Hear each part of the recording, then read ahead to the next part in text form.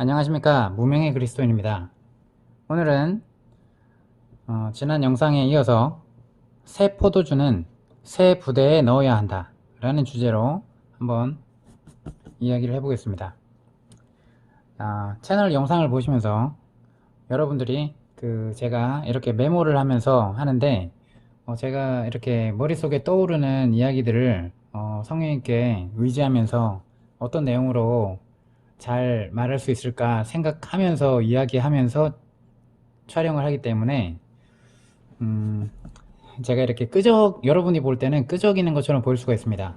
자, 하지만 여러분들이 또 어떤 분이 잘 정리를 해서 그것을 캡처를 해서 사람들한테 보일 수 있는 수준으로 했으면 좋겠다라는 권면이 있는데 충분하진 않지만 그렇게 하루아침에 습관이 고쳐지진 않기 때문에 노력해 보도록 최대한 노력을 하겠습니다.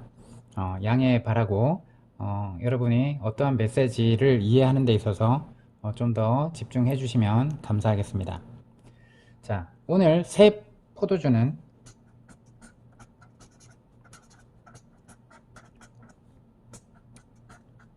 새 부대에 넣어야 한다 라고 하죠. 자, 이 말씀을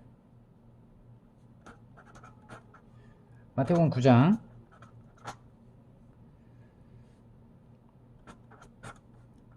14절에서 17절에 보시면 있습니다. 자, 어떤 내용이냐면 그때 요한의 제자들이 예수께 나와 이르되 우리와 바리새인들은 금식을 하는데 어찌하여 당신의 제자들은 금식하지 아니하니까? 그렇게 묻죠. 예수께서 그들에게 이르시되 혼인집 손님들이 신랑과 함께 있을 동안에 슬퍼할 수 있느냐? 그러나 신랑을 빼앗길 날이 이르리니 그때는 금식할 것이라. 생배 조각을 낡은 옷에 붙이는 자가 없나니 이는 기운 것이 그 옷을 당기어 헤어짐이 더하게 되며 새 포도주를 낡은 가죽 부대에 넣지 아니하나니 그렇게 하면 부대가 터져 포도주도 쏟아지고 부대도 버리게 됨이라. 새 포도주는 새 부대에 넣어야 둘이 다 보존되느니라 라고 말씀하십니다. 자, 요한의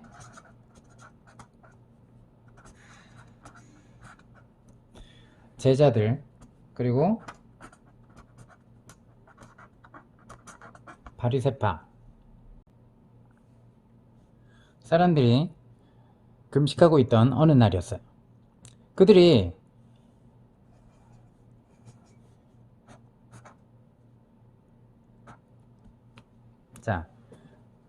와서 묻는 거예요. 예수님께. 요한의 제자들과 바리새파 사람들의 제자들은 자주 금식하며 기도하는데 왜 당신들의 제자는 먹고 마시기만 하니까 어찌된 일입니까? 라고 묻는 거예요. 그래서 예수님은 그들에게 이렇게 대답을 하죠.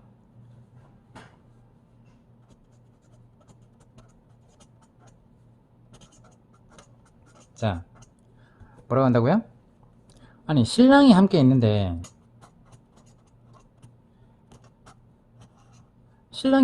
어떻게 손님들을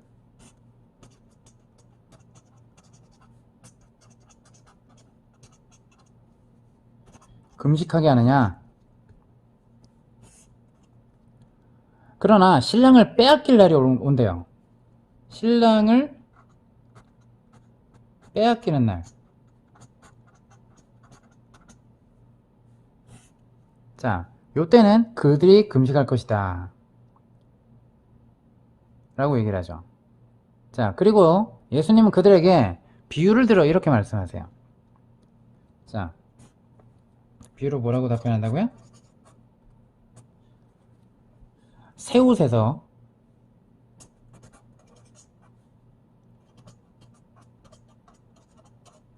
천 조각을 찢어서 낡은 옷에 대고 깁는 그런 사람은 없다. 그렇게 하면 새 옷도 못 쓰고, 그죠? 낡은 옷도 못 쓴다. 그래서 찢어낸 천조각도 낡은 옷에 어울리지 않을 것이다. 그죠? 당연히 안 맞아요. 자, 또 하나의 비유를 합니다.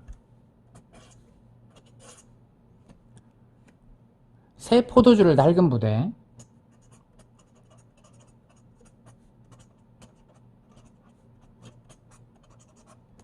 낡은 부대에 가죽 부대에 넣는 사람도 없다. 그렇다면 새 포도주가 부대를 터뜨린대요.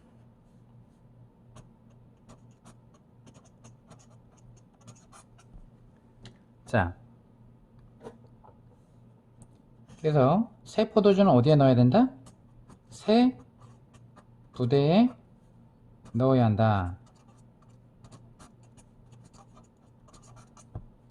자, 이렇게 비유를 하세요. 자, 여기서는 지금 이 부분을 더 구체적으로 이야기를 해보고자 합니다. 자,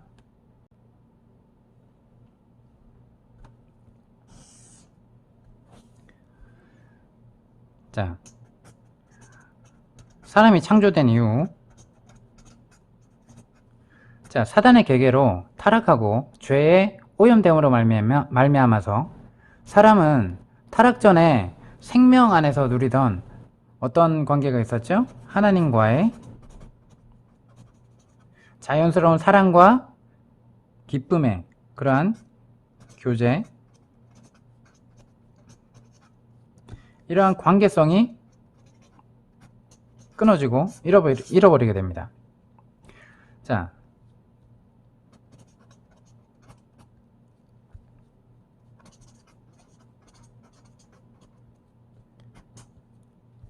그래서 죄의 본성은 사람으로 하여금 자연스럽게 어떤 존재로요? 자아중심적이고 종교성을 가진 존재로 전락되고 맙니다.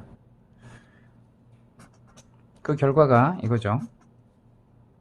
자, 선악의 기준이 누구한테 있어야 되는데? 하나님께 있어야 되는데. 그죠? 이것은 선하다, 이거는 악하다 라고 하는 창조주에게 그 모든 관점이 있어야 되죠.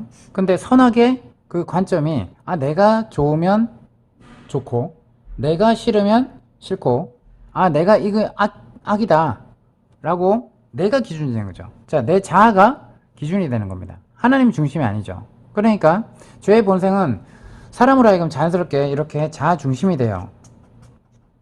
그리고 그렇다고 해서 내가 하나님을 만듭니다. 우상을 만들죠. 종교성을 가진 존재가 됩니다. 자, 그렇게 미혹하고 속인 장본인이 누구예요? 사단이죠. 모든 자아추구와 종교의 배후에는 이 사단이 조종합니다. 그래서 죄된 생명들은 생명의 특성상 이렇게 자아중심적으로 살아갈 수밖에 없고, 그리고 시간과 조건과 상황이 되면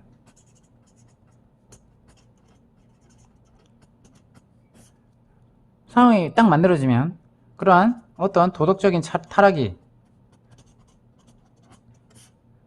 될 수밖에 없는, 그래서 여러 죄의 열매들이 맺어질 수밖에 없는, 그래서 죄로 향하고 지옥으로 전진해 나가는 그러한 죄의 노예로 살아가는 존재가 되었다는 것입니다.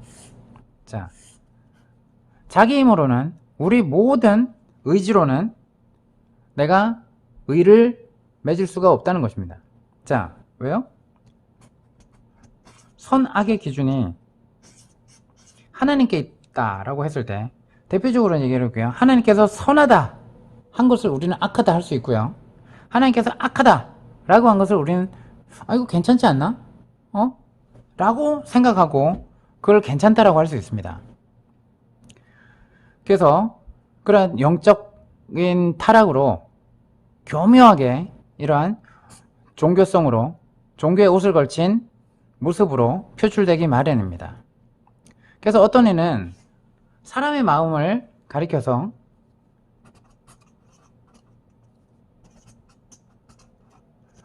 우상을 만드는 제조 공장이다 라고까지 철학적인 표현을 합니다. 자, 주인이 누구예요? 죄의 노예가 되어 있는 사람은 사단을 머리로 두고 있죠. 그죠? 사단을 머리로 두고 있어요. 그러니까 어떻게 돼요? 계속 어떻게 우리의 마음과 생각 가운데 뭐로 이끌리도록? 죄로 이끌리도록. 그래서 하나님을 대적하게 만드는 그런 사단에게 경배하게 만드는 그런 존재가 되게 됩니다. 출애굽을 한 이스라엘 백성들이 하나님의 엄청난 기적을 실제로 체험했어요. 그죠? 그런 이스라엘 백성이 하나님께 율법을 받기 위해서 40일간 시내산에 올라간 모세를 기다리지 못하죠. 우리가 이 얘기는 너무 잘 알고 있어요. 금송아지 우상을 만들어요. 자, 여러분 이해가 되시겠습니까? 여러분이 만약에 이 이스라엘 백성이라 그러면 안 할 자신이 있을까요? 이 당시 상황으로 돌아갔을 때, 그죠? 그건 아니지 않는가? 라고 여러분이 독단적으로 외치겠습니까? 아니면 그 공동체 속에 그냥 이 분위기에 묻어갈 것인가? 라고 생각하겠습니까? 자, 이 이야기는 이스라엘 백성의 마음 안에 도사리고 있는 종교성과 우상 숭배의 특성을 이끌어낸 것 뿐이에요. 그 이후에 가나안 땅에 정착한 이스라엘 역사는 말할 것도 없이 계속해서 우상 숭배가 이루어지는 그러한 역사를 보입니다. 그로 인해서 결국 이방 나라한테 멸망을 당하고 예루살렘 성은 황폐화됩니다. 그죠? 하나님의 택함 받은 백성이 어떻게 돼요? 자기들 땅에 오신 복음의 실체로 오신, 그죠? 구약 언약의 그러한 예표와 그림자를 온전히 실체로서 오신 그리스도를 저버리고 거부합니다. 그리고 십자가에 못 박아 죽인 것, 그러한 역시 그들 안에 있는 자아숭배이자 우상숭배로 교묘하게 잡은 뭐 때문에요? 종교성 때문이에요. 종교성 때문에. 그래서 자아중심적으로 사는 죄인은 하나님과의 사랑과 믿음의 관계성을 벗어날 수밖에 없습니다. 하지만 뭐를 좋아해요? 종교성을 지니고 있기 때문에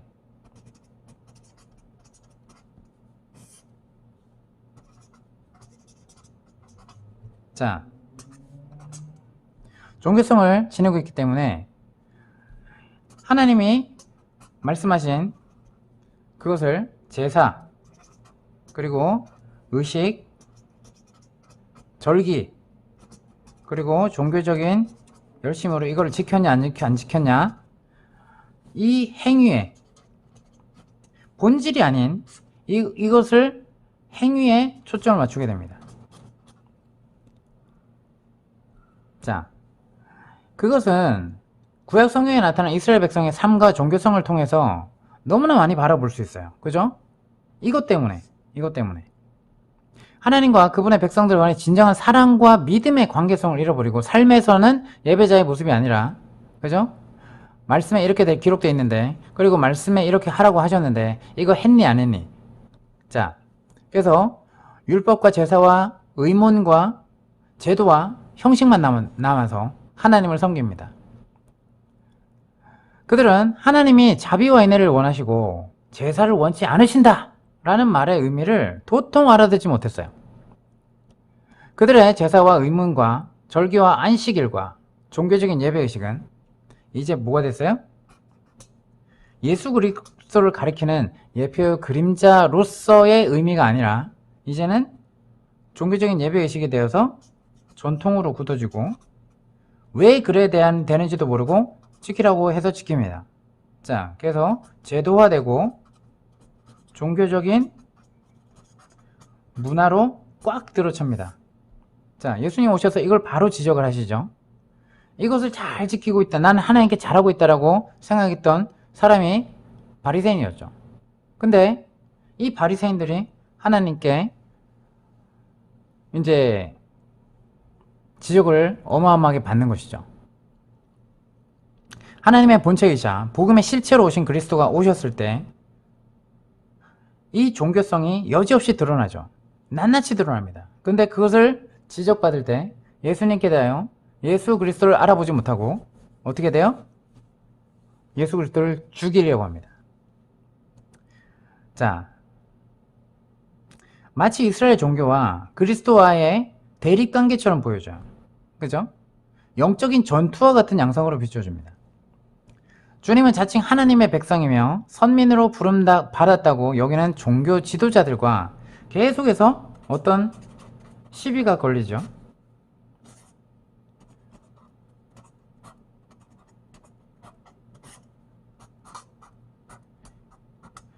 계속 충돌합니다. 그죠? 그래서 예수님은 또 거기에다가 심기를 자주 건드리시는 그런 말을 의도적으로 하십니다. 마치 주님은 유대인들이 성스럽게 여기는 그 건물 성전과 그리고 안식일과 의문만 남은 율법과 종교적인 사고 체계, 그 시스템, 그러한 사고 방식, 그리고 그들이 드리는 하나님과 그들이 예배드리는 하나님과 그 종교적인 사고 체계가 아무 상관이 없다. 이것을 알려주시려고, 그죠? 이러한 질문이 받아졌을 때 여지없이 답변을 합니다. 근데요, 이들이 알아들어요? 못 알아들어요? 못 알아들어요. 너는 왜 했냐, 안 했냐? 금식을 하라고 했는데 왜 금식을 했냐, 안 했냐? 왜 안 하냐? 라고 질문하는 거예요. 자, 이 말씀 역시 그리스도와 자칭 하나님으로부터 부름받고 택감을 받은 이스라엘 백성의 이러한 대표성을 가진 종교적 열심분파들과의 대립의 모습이라고 할 수 있습니다. 바리새파 사람들만이 아닌 요한의 제자들도 마찬가지였다는 거예요. 그들은 일주일에 2번씩 금식하고 또한 때마다 습관적으로 자주 금식하며 기도했어요. 그것이 정말 하나님께 헌신하는 것이고 믿음이 좋다라고 생각되겠죠. 자, 오늘날에도 그렇게 새벽 기도에 빠지지 않고 정말 철저하게 금식 기도를 자주 하면서 하나님께 나아가는 사람들이 있습니다. 어떻게 보이시나요? 아, 신앙이 좋다. 대단하다. 아, 저런 사람은 하나님께 축복받아 마땅해. 이렇게 생각되지 않습니까? 자, 그런데 주님과 제자들은 세리와 죄인들과 함께하며 먹고 마시며 즐거워했어요. 자, 이 모습이 어떻게 보입니까, 여러분? 여러분이 딱 바리새인의 모습이고 그 바리새인의 모습에서 예수님을 보시고 예수님의 제자들을 보세요. 바리새인들이 가까이 하기 꺼리는 세리인들과 그러한 죄인들과 함께 먹고 마시는 그러한 사람이 정말 사람들을 이렇게 이끌고 있습니다. 어떻게 보이시나요? 이단처럼 보이지 않을까요? 네. 근데 우리는 예수 그리스도를 따르고 있습니다. 그죠? 그들이 이단이라고 생각했던. 아이러니하죠? 자, 그래서 습관적으로 종교성에 젖어 사는 종교 지도자들과 요한의 제자들의 심기를 불편하게 할 수밖에 없었어요. 이러한 상황 가운데. 자, 그래서 우리가 이스라엘 율법 가운데 혼인 잔칫날에 금식일이 됐어요.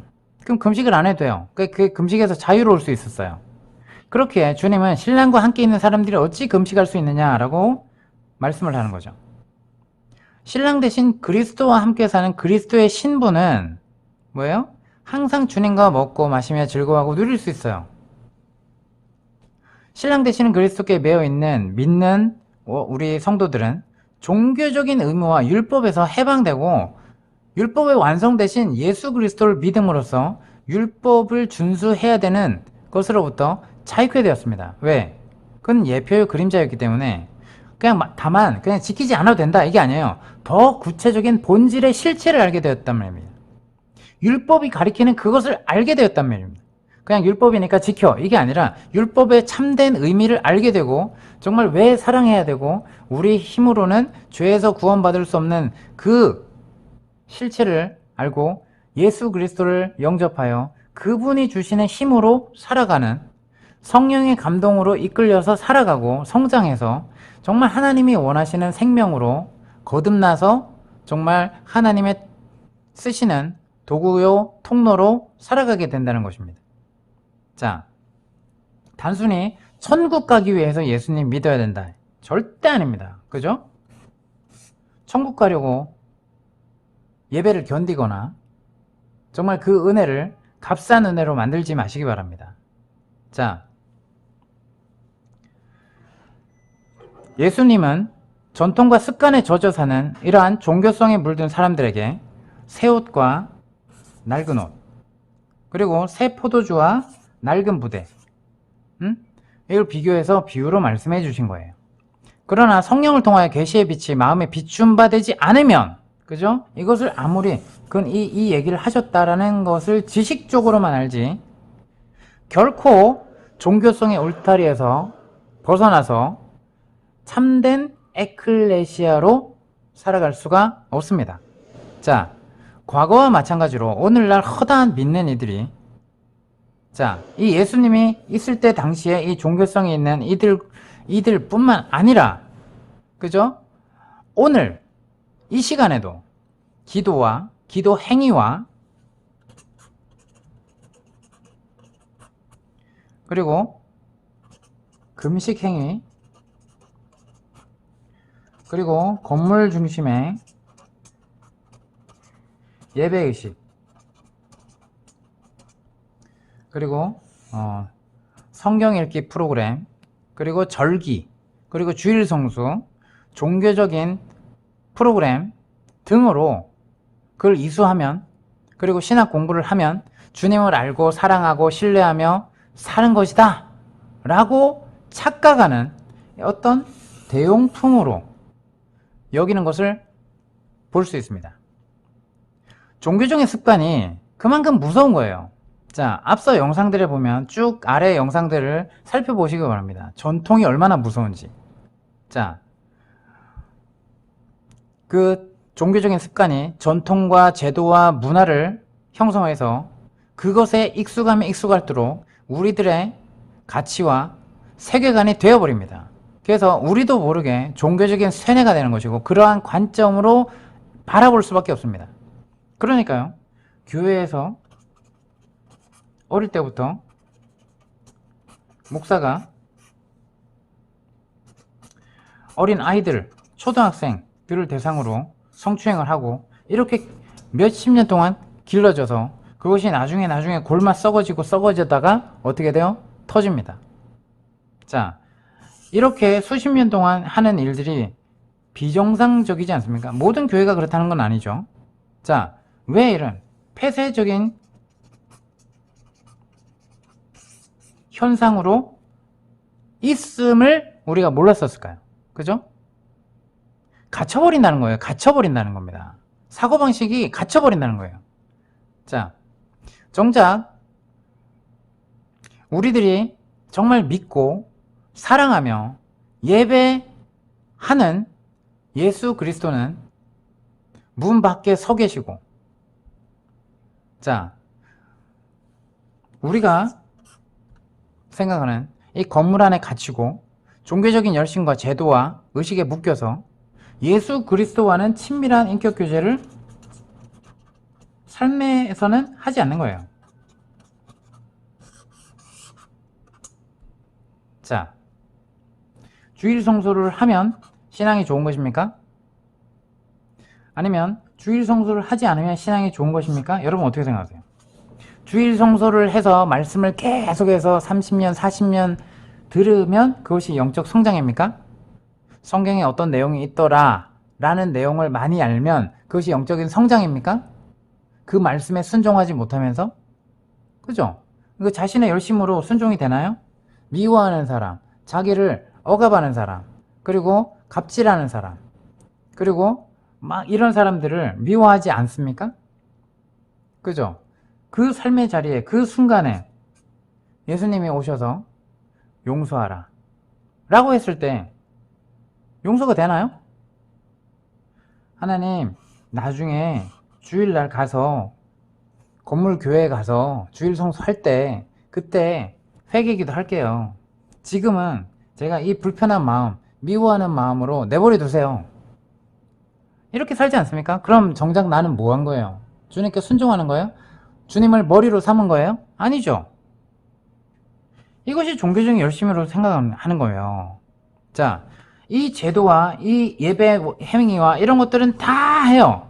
근데 삶에서는 정말 주님과 친밀한 인격 교제로 그 은혜를 체험하며 살지는 못한다는 것입니다. 아유, 세상 살아가면서 어떻게 그렇게 할 수 있어? 자, 그럼 그 모습을 주님이 안 지켜보시나요? 삶에서는 주님을 무시해도 된다고 생각하나요? 아니죠. 그래서 여기에 묶여 있으면 착각을 한다니까요. 착각을. 내가 신앙이 좋은 줄, 내가 신앙이 있는 것처럼, 내가 믿음 있는 행동을 하는 것처럼 착각을 한다니까요. 그래서 전통이 너무나 무서운 것입니다. 그러한 종교 의식이 너무나 세뇌를 시켜버린다는 것입니다. 정상적인 신앙의 관점으로 보지 못하고 이 모든 것을 도말시켜버리고 심지어 십자가를 대적하고 그리스도와 원수처럼 행하고 있음을 알지 못하게 된다는 거예요. 자, 그래서 자아중심적이고 종교적인 열심으로 그리스도를 십자가에 못 박고 스테반을 돌로 쳐 죽이는 그와 같은 양상이 그러한 교회 기독교 역사가 되어서 거울이 되어 있죠. 현재를 살아가는 우리에게 계속해서 그걸 말해주고 있는 거예요. 여러분 기억하십시오. 자, 캐톨릭은 온갖 우상과 짬뽕 시켜놓은 우상의 본거지죠. 자, 카톨릭뿐만 아니라 정말 그것을 개혁해야 된다고 했던 종교개혁을 외쳤던 그러한 개신교 안에서조차 또다시 실체이신 예수 그리스도보다 그림자인 율법을 또다시 양산하고 또다시 포장하여서 그 그림자와 예표의 대로 살아야 된다라고 더 에너지를 소비하고 마음 중심을 빼앗기고 말았습니다. 그것은 1세기에 에클레시아로 살아가는 정말 골로새 교회 가운데 살며시 고개를 쳐들고 들어온 미혹의 덫이었습니다. 자, 골로새서 말씀을 한번 찾아보시기 바랍니다.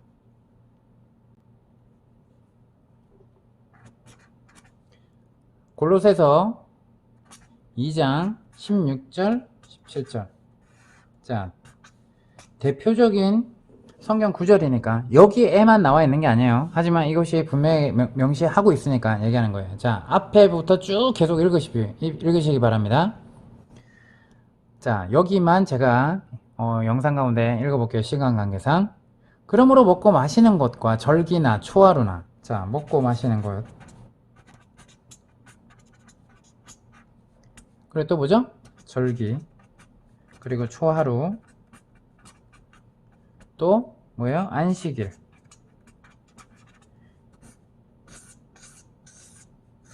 안식일을 이유로 누구든지 너희를 비판하지 못하게 하라는 거예요. 골로새 교인들한테. 그 골로새서 성도들한테. 자, 이것들은 자, 구약이 이걸 지키라고 했죠. 그죠? 이것들은 장래일의 그림자이나 몸은 그리스도의 것이니라. 자, 이미 실체이신 완성으로 왔다는 거예요. 자, 여러분이 먹고 마시는 것이나 명절이나 매월 초하루나 안식일에 관해서 아무도 여러분을 비판하기 못하게 하세요. 이런 것들은 실체이신 그리스도를 가리키는 그림자에 불과합니다. 라고 분명히 나와 있어요. 그죠?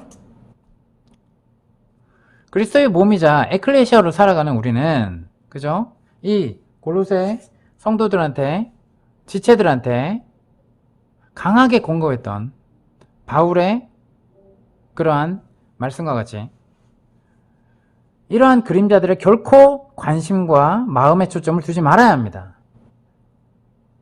만약 우리들이 이러한 영상을 보고 듣고 깨닫게 된다면, 성령님이 여러분에게 깨닫게 하시고 말씀하신다고 생각한다면, 아, 내가 이러한 덫과 올무의 자리에 놓여 있었다 라고 깨달았다면 속히 그러한 영적인 상태에서 벗어나십시오. 죄의 본성과 죽은 자아중심에서 비롯된 종교라는 울타리, 그러한 가치 체계에서 빠져나오십시오. 그러한 관점에서 벗어나지 못한다면 여러분은 십자가를 다시 대적하는 것입니다.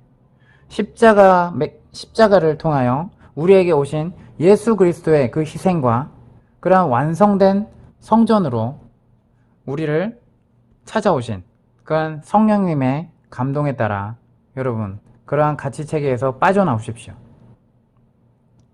그리스도 안에 있는 우리의 자유를 빼앗는 종교적인 의무와 종교성이라는 속박에서 멀찍이 달아나십시오. 자, 모래 위에 집을 짓지 말라고 했어요. 모래 위에 세워진 잘못된 터 위에서, 그리고 종교라는 울타리 안에서 거주하지 마시고, 예수 그리스도를 따르는 에클레시아는 종교가 절대 아닙니다. 종교화시킨 그러한 종교 시스템 안에 다시 갇히지 마시기 바랍니다. 참된 반석의 신 예수 그리스도의 터 위에 세워진 교회의 공동체, 지체들, 참된 지체들, 주님을 머리로 삼은 신앙 고백하는 그러한 성령에 이끌려 사는 지체들, 그 에클레시아로 돌이켜서 그리고 찾으시고 그 상태로 살아가십시오. 예수 그리스도께서 여러분 안에 살아가도록 내어드리십시오. 율법 체계와 세상의 가치 위에 세워진 또 바벨론 같은 건물 중심의 그러한 제도와 조직과 종교라는 틀 안에서 절대로 이제 멀리 도망하십시오. 자, 우리가 종교개혁을 할 때는 만인, 자, 전신자라고 해요. 믿는 모든 사람은 왕같은 제사장이다 라고 얘기를 해요. 그죠? 자, 만인 제사장, 전신자, 전신도 제사장이라고 표현을 해요. 이것을 주장을 했어요. 이게 개신교 아닙니까, 지금의? 근데 또 개신교, 이런 것으로 외쳤던, 오직 성경, 오직 성령, 오직 믿음으로 외쳤던 그러한 종교개혁의 후손이라고 하면서 우리는 다시 카톨릭화 되어 있고, 이교도에 꽉 쩔어 있다는 것입니다. 사단은 그렇게 우리를 미혹시키고 교회 역사 가운데 계속해서 우리한테 잘못된 길로 가려고 종용하고 그물망을 쳐놨다는 것입니다. 참된 왕같은 제사장이 되어서 그리스도의 신부된 교회의 지체로 형제 자매들과 한 몸으로 지어져 가고 자라나는 그러한 에클레시아 삶에 동참하여서 영원히 함께 주님을 마음껏 기뻐하고 즐거워하며 참된 주님의 신부로서 마지막 때에 단장되어야 될 줄 믿습니다. 이상입니다. 구독, 좋아요, 알림 설정은 사랑입니다. 감사합니다.